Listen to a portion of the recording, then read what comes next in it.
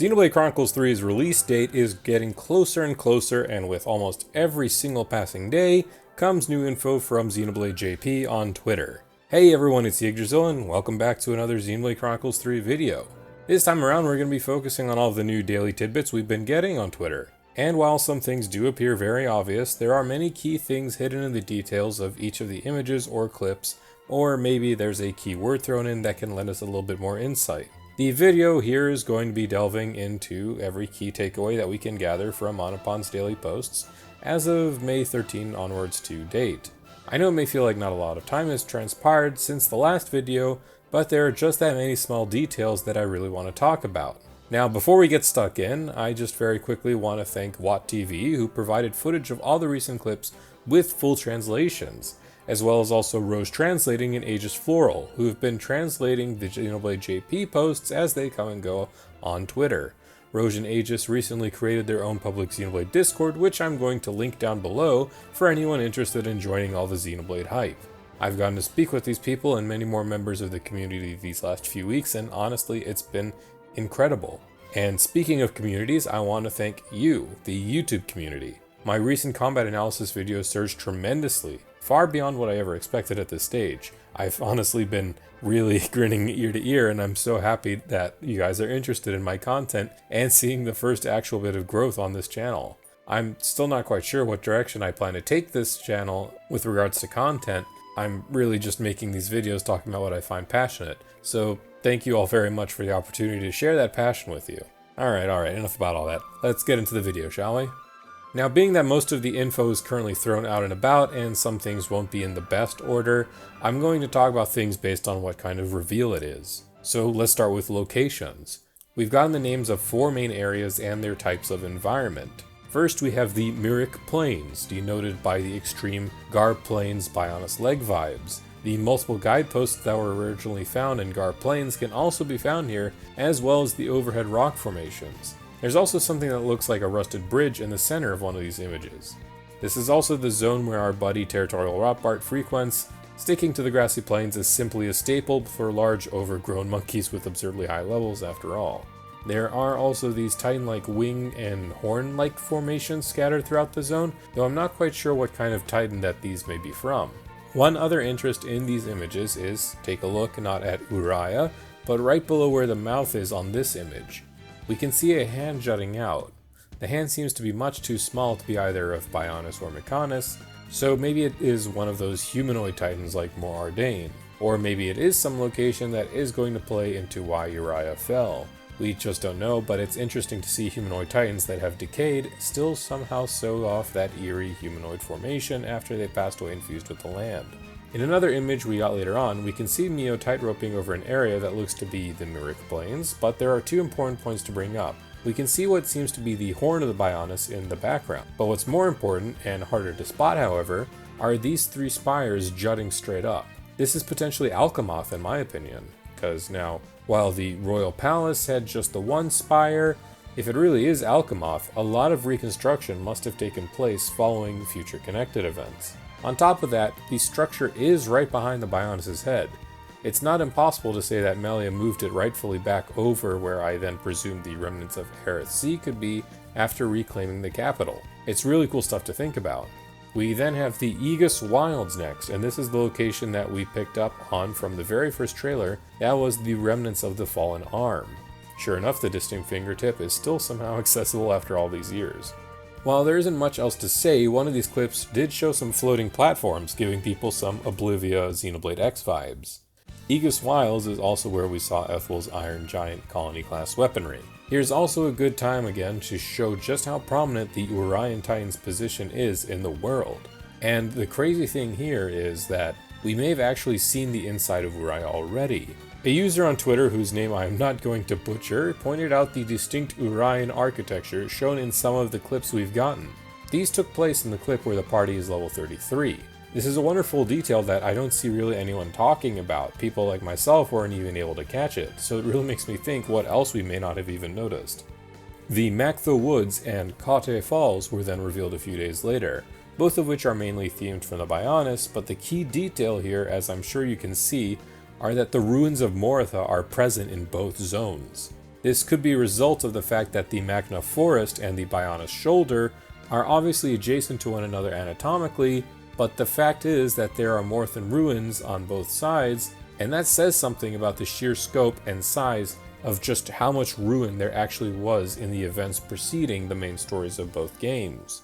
It also implies that, as I talked about earlier, there is more going on with the worlds merging. If it was just the Titans fusing to the landmasses at the end of 2, a place like Moratha obviously can't exist here. Either these are ruins that existed on the landmass prior, or whatever actual fusion occurred took immovable zones like Moratha. I spoke with Roj translating after these zones were previewed, and they looked again into Takashi's statements regarding the story of Xenoblade Chronicles 3. Takashi's statements translates to, it tells the story of the tying together of the futures of the worlds of Xenoblade Chronicles 1 and 2. It can alternatively be translated then as the story of the two worlds' futures after being connected.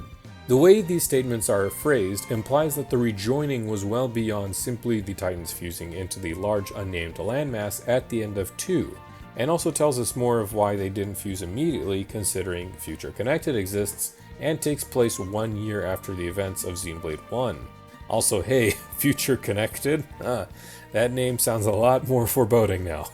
If this ends up being the case, not only are we going to see more of Moratha, but we may see ruins of the base of the world tree as well. There's also many Tornin inspirations in Ignine culture, and even an earlier screenshot in the game's announcement trailer showing Tornin sands that looked similar to the Denag desert zone right before the Tornin capital. I wonder if the world fusion also was somehow able to incorporate the cultures of dead Titans then, or given the proximity of the deceased Tornin Titan to Moratha, maybe parts of its destroyed architecture was somehow also incorporated into the world's fusion. Lastly with these images is that Iserd is actually stationed out here in Cotte Falls. We can see one of these images with what we presume to be his Iron Giant stationed out here. With our open world zones covered, let's move on to our first glimpse at the map and the things we can do in the overworld. We've gotten 2 images of what the map layout will look like in our menu, and it's seemingly been given the Xenoblade X treatment. On our map, we can spot things like landmarks, names of the region, and even have the option to supposedly change the time to specific points like dawn or dusk. We've also gotten confirmation that secret areas are returning. These were hidden away landmarks in the preceding games known for having gorgeous scenic views. Secret areas are going to be marked by what I presume is this Twin Hill icon, while campfire sites will be noted by a handshake icon. Speaking of these campsites, it seems that these will be the main new resting spots for our party, similar to how we had it in Torna, and new symbols seemingly show that we can talk, train, augment, and cook from campfires. There were also some other elements like the spire icon, or whatever this swirling light cross is. We'll just have to see. If I had to guess, maybe that swirling icon is an icon that a player can put as a marker, and the spire icon indicates a town or a place hospitable to our merry band of fugitives. Map stuff taken care of, so let's talk about what we can do in the overworld apart from killing everything in sight and taking Lion's natural bounty for ourselves. I'm talking about field skills, and thankfully not the Xenoblade 2 kind. Field skills are indeed returning, taught to us by heroes and other various people all around the world. A hero is a actually new term from Xenoblade JP, and they are calling that our 7th party members as we come across them.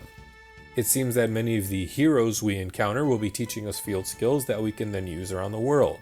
There was some debate as to if the hero unit themselves must be the one to use the skill, similar to how we have to have blades out with those skills for them to be active, but that seemingly doesn't seem likely. That would mean that every hero unit that we encounter that joins our roster is going to be a permanent addition to the group, which is most likely not going to be the case. This is going to be amazing for field skills should this be the case, because now one of the largest gripes players had with field skills, let alone with Xenoblade Chronicles 2 in general, is not a thing at all in 3. Meanwhile, we still have the benefits of what field skills provide. That being, some zones just aren't accessible without the right field skill, so players are encouraged to return to older areas to explore more at later points in the game. It's a classic RPG staple that I am very content to see here. The phrasing and other various people all over the world also implies it's not just hero units that are going to be teaching us these skills. If this is the case, I earnestly hope that any field skills required for progressing the main story are just taught to us by our hero units, and other non-story essential field skills will be given to us through side quest characters. There were choke points that affected regular players and speedrunners alike in Xenoblade Chronicles 2 as a result of not having the requisite field skills, so I hope that Monolith Soft has learned their lesson on that. Also, it's just weird to me that climbing is a field skill considering that was just a regular part of exploration in 1 and 2. But yes, climbing and the tightrope mechanics seem to be the examples they used for field skills. It's interesting to see what else. This might allude also to the fact that the potential for diving that we saw in the original trailer happens to be its own field skill. We'll just have to see on that. Now let's transition into characters, and while we haven't gotten to see any new characters, we do have a few new things to show. With Iserd, we actually have a full clip of the group coming across him for the first time at his station in Kate Falls. Standing atop his Iron Giant, Iserd says to Taion, "Long time no see," affirming their past as teacher and student. While this is an otherwise straightforward clip, there are some key things to take away. First, the Ouroboros and interlinking were unlocked before meeting Iserd, since Uni is capable of recollecting a memory of Iserd from Taion's memories. That's the second thing, actually, that Uni has the ability to recollect these things from Taion's past without being in the Ouroboros form. This means that at the very least, our interlinked duos will be able to know what's happened to their partner in the past, though I'm not quite sure how far or how detailed this will go in-game. Lastly, note that Iserd called Taion by his name, not monster like Ethel. Iserd's red eye isn't clouding his perception like Ethel's red eye was, so it's interesting to see if the red eye affects people in different ways, maybe by which side of the faction they're on. As for Ethel herself, we may not have any new info, but we do have a clip that was revealed back on May 6, confirming that Ethel saved Noah when he just started out as a child soldier from the Agnaians. But not just Noah, we can also make out Uni, Lance, Riku, and who I presume to be Xeon as well. What's more, note Ethel's soldier tattoo here. It's completely red. This likely signifies that the red on the tattoo is actually a display of how much time a soldier has left. We can see in the introduction clip that she had that there wasn't much red left on the tattoo, so it may be that Ethel really doesn't have all that much time left up. Unfortunately, we did not get much in the way of information regarding Kamuravi and Iserd, but we did get their full splash arts. At the very least for Kamuravi, they said that his code of honor is upheld with fair combat. Also, Nintendo of America gave him the title of Smoldering in the West, which is ironic because smoldering is what happens after flames are put out. So hopefully, in my opinion, that's not his in-game end title. In addition to the Kamuravi and Iserd splash arts, we actually have full splash arts of the queens themselves with their masks still on. I seriously can't get it out of my head that Melly is walking around with a giant Connect 4 board, and now you can't either, haha. Now let's actually talk about some characters we do know some more info about. Our Nopon companions, Riku and Manana, who are going to be our very first 7th party member. Riku from Keva's Colony 9 is friends with Noah and his group. He's in charge of item crafting and maintaining the Iron Giants. You did hear me right, the group is from Colony 9. It's way too early to tell if this is the exact same Colony 9, and it fully survived the fusion of the two worlds, or if this is an entirely new Colony 9, we'll just have to see. More than likely, the image of the colony that we saw in Noah's past in the second trailer is just that Colony 9. Manana, meanwhile, is from Agnes and is a military chef who cooks for Mio and her friends. At one point she was the head chef for an entire colony. Now those item crafting and chef comments aren't just for show. They're actually going to have major mechanics for us in-game as well. At campsites, as our group sits down, Manana can help the group to make some fine cuisine. That's right, we're going to be getting food buffs. Now these buffs are incredibly reminiscent of the pouch items in Xenoblade 2, but they seem far better and more straightforward. We'll be using items gathered from the open world and maybe some monster drops as well, to give us effects like Experience Up and Class Experience Up. Now the fact that we even saw Class Experience Up confirms earlier theories that the purple bar under our character's EXP bar is indeed for whatever weapon we have equipped on a unit. Huge Xenoblade X vibes being upheld. There's other kinds of buffs as well, I'm sure, and all these buffs are going to be party-wide. We can even see approximately how much time is remaining on our buff as we travel around in the open world. Both of these are very nice touches. Xenoblade 2 had us use a single pouch item for each individual party member, and we couldn't really tell when they were going to expire without checking them in the menu. So these are very nice quality of life features indeed. More than that though, it's also just really cool to see our party members actually having animations for something so small as cooking around the campfire. The food itself looks relatively good quality, no PS2 era fruit in sight. I really love when game devs give detail to even the most niche elements of their games. On the other side of cooking is crafting, specifically gem crafting. Riku is going to be our crafter, using resources gathered in the open world and also some enemy drops. Gems can be crafted and equipped onto any character. While the UI may look to have inspiration from Xenoblade 1, the portable gem furnace itself being the most notable thing there, the actual crafting itself seems to be based off of the aux cores of Xenoblade 2. Now, as stated, we will need monster drops and open world items, but we'll also need things like ether cylinders and also something called Nopon coins. It seems that we're going to have the option to create a gem using the materials, or perhaps we could bypass some of the item requirements with these Nopon coins. We can also see that item rarity is going to be a thing in this game because we can see some of these items having an influencing factor based on rarity. Seen here with the items on the right being used to craft the gems having up to 3 tiers of rarity. Speaking of monster drops, yeah, they've been confirmed. In this clip we seem to have yellow bricks, so maybe gold, blue items, so maybe some gemstones, and a black bag, so maybe a low quality monster drop. And even in a separate combat clip, we can see a small 28 appear on the right side of the arts palette, which may also likely be gold, and it was picked up by Senna on the very left of the screen. Alrighty, lastly we have several updates on combat since the last video, which I'm going to be covering in some brief detail. I'm also going to be bringing up anything spotted in these clips as well. So in the first clip where we saw these monster drops occur, we can also see chain attacks, fusion, and interlinking available in this clip. So we know that at the very least, all 3 of these abilities are acquired before the early 20s. Having that much accessibility to the combat this early on is going to feel really good. YouTuber Luxon also pointed out in this clip that the circle arts are charging up a good bit faster. This could be because cooldowns are shorter if leveling up arts are a thing again. It is a staple in all the preceding games after all, so it makes sense. Speaking of Noah, he got a good couple of showcases, the first one showing off 2 of his abilities. These are specialized side slashing and backstabbing, abilities and playstyle similar to Shulk. I think that this is suitable for our sword-wielding anime main protagonist because many people who played through one often only used Shulk since he was the default. The next clip shows that talent arts, our right-sided button, will be filled by performing according to your role. In the case of Noah, an attacker, meeting the requirements of arts and striking at the side or the back of the enemy will fill the talent gauge. We even got another clip the very next day showing Noah using his talent art Exceed Buster. It deals a large amount of damage to the target and even more if they're dazed. This clip, however, also has 2 unique things about it. The first, and much more simply, is that this is a clip with the party at level 43. 10 levels higher than when we've ever gotten to see so far. The second is that if you can make it out in all of the craziness going on screen, Senna here swaps at one point to using a sword and shield.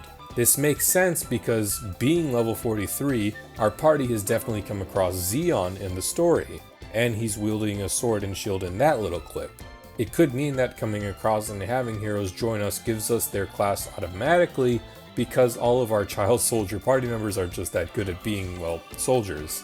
Or maybe we'll have to do side quests similar to that of Xenoblade X, where after completing side quests with party members, we would be given their class to use.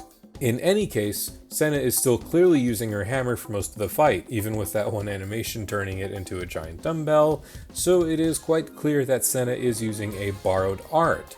Maybe one present onto her left art palette for if we were to swap and control her at that point in combat. I mentioned days earlier, and sure enough, we also got another clip illustrating the return of the break topple days combo. Now, just as important, this clip also confirms that art cancelling has indeed returned. You can see here that Noah is casting arts right as his auto attack animation cancels, signaled by the circle that pops up right when the art is cast. Canceling an auto attack into an art generally boosts the amount of damage you get, and the art may also have a specific bonus for following up with an auto attack cancel. We also have the new combat videos for Mio that also go on to show and reconfirm diamond arts recharge from both auto attacks and using other arts. This clip is also showing a 4 to 5 level disparity between the team and the enemy that they're fighting. This gives me some worry that our units are going to be incredibly strong and that enemies aren't often skilled appropriately to deal with 6 to 7 opponents at a time. My other hope here though is maybe that this is footage from a low difficulty setting for showcasing purposes. I'd really love to have the flexibility of expert mode that was in 1 Definitive and 2, and the player chosen difficulty settings that 2 had, which were phenomenal because the player could control almost every numerical stat for both the party and for opponents. Now following this is footage of Mio's class using her talent art Gemini Strike. It seems that Mio's talent will be lowering enemy accuracy while raising her own defined aggro. And I think that's about everything that I wanted to cover in this video. I'm absolutely sure that we're going to be having more posts almost daily, but there really was just a lot of info that I wanted to put a spotlight on. If rumors are to be believed, we'll also be getting a new trailer sometime soon, and it wouldn't surprise me considering we are approaching the usual E3 Nintendo Direct timeframe. Between those rumors and just life stuff going on right now, I really can't commit to a new video in the next week or two. That said, I still post regularly on Twitter, and you can be sure I'll be putting in my 2 cents on everything new over there, link down in the comments as usual. But as always, do you have your own thoughts on anything that I brought up, or is there something that you think should be interpreted differently? Let me know in the comments below. If you enjoyed this video, I ask you consider subscribing to my channel, where I will be sure to make more content as we get more and more info on the game, and eventually maybe even some videos of the game itself when it's actually out. Thank you very much for your time, and as always, have a great day.